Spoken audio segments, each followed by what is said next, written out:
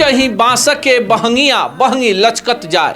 आपने ये गीत सुना होगा, पारंपरिक भोजपुरी गीत है, पर एक ऐसा स्वर जिसकी आवाज में जब यह गीत गूंजा तो लोगों को इस बात का एहसास हो गया कि छठ महापर्व की आहट हो गई है। आज चैती छठ के प्रथम दिवस का प्रथम संध्याकालीन अर्घ है और हम चर्चा करने जा रहे हैं बिहार की स्वर कोकिला श्रद्धेय स्वर्गीय शारदा सिन्हा का। मेरा नाम अनूप नारायण सिंह है और आप सच टॉक्स को देखना शुरू कर चुके हैं। हम आपको कहानी में आगे ले जाएं, छठी मैया के महिमा का वर्णन करें, शारदा सिन्हा की उस मधुर आवाज की चर्चा करें जिन्होंने छठ गीतों को पूरे देश दुनिया में अमर कर दिया। उसके पहले कुछ छोटे छोटे क्लिप उन गीतों का सुनवाते हैं जिसके माध्यम से वर्षों तक शारदा सिन्हा की आवाज घर घर में गूंजती रहेगी।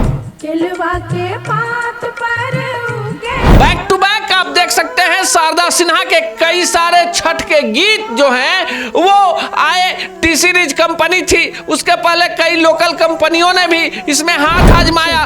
कई सारे गायकों ने छठ के गीत गाए, पर जब शारदा ने गीत गाया तो उन गीतों में ऐसी मधुरता आ गई, उन गीतों से लोगों ने खुद को ऐसे कनेक्ट कर लिया कि छठ गीत का मतलब ही शारदा सिन्हा हो गई। मरबो रे सुगवा धनुख से हो, या फिर छोटी रे मोटी डोमिन बिटिया हो, या फिर सबवा बैठले बेटा मांगी ले, या फिर बहुत सारे ऐसे गीत जिसमें परंपराएं थी, जिसमें संस्कार था और जिसमें छठी मैया से मनुहार थी। शारदा सिन्हा की चर्चा और छठ गीतों की महत्व को अब हर किसी के दिलों में एक ऐसी धाक जम चुकी है कि जब तक सदियों तक छठ महापर्व होता रहेगा शारदा सिन्हा की आवाज गूंजती रहेगी।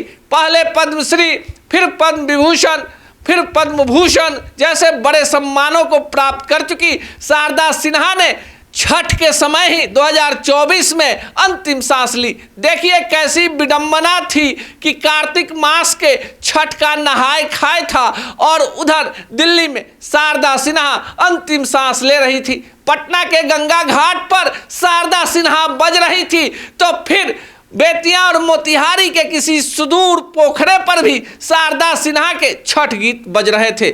जमुई से लेकर बांका तक और यूपी के तमाम गांव-गांव में शारदा सिन्हा ही बज रही थी। ऐसी श्रद्धांजलि किसी ने नहीं देखी होगी। शारदा सिन्हा के आवाज में आए छठ गीतों ने छठ महापर्व के महत्व को और ज्यादा बढ़ा दिया।